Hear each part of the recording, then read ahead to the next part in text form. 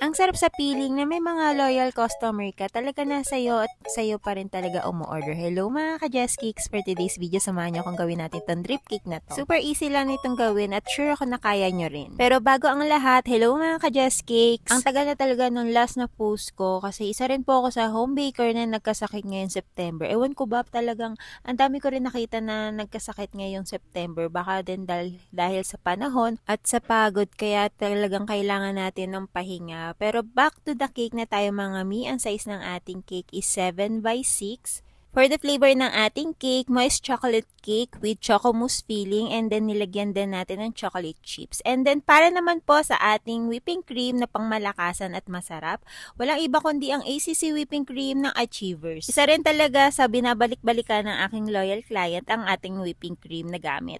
Proven and tested na yan mga mi at talagang siguradong masarap at stable to mga mi. Kaya kung kayo hindi pa kayo nakakagamit ng ACC whipping cream ngayon pa lang, once na na-try nyo si ACC whipping cream, hindi kayo magsisisi.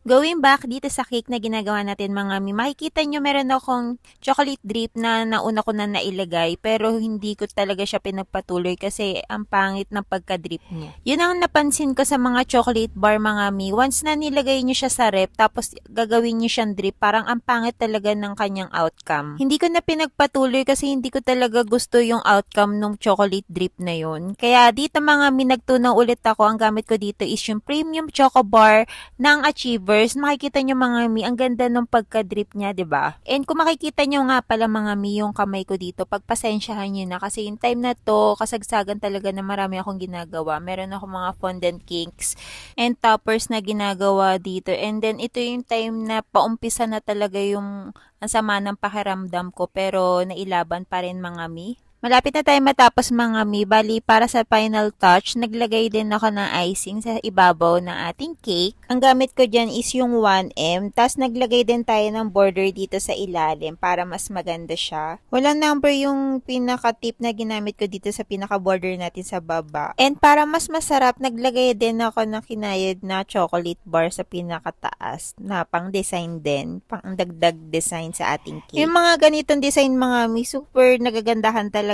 ako kasi simple lang siya pero ang lakas niya maka-social mga mi, 'di ba? Parang yung mga ganitong design, 'di ba mga mi, parang ang ganda i-display sa mga coffee shop, ganyan. Lakas niya makasyala. Yung itsura pa lang talaga masasabi yung ang sarap nitong cake na to. Oh, 'di ba? And nag-request din yung ating client na lagyan ng dedication kaya ginawan ko rin ng customized toppers yung ating cake. And ito na yung final look ng ating cake. So elegant, 'di ba? So yummy. Thank you for watching mga mi. Till next vlog. Bye!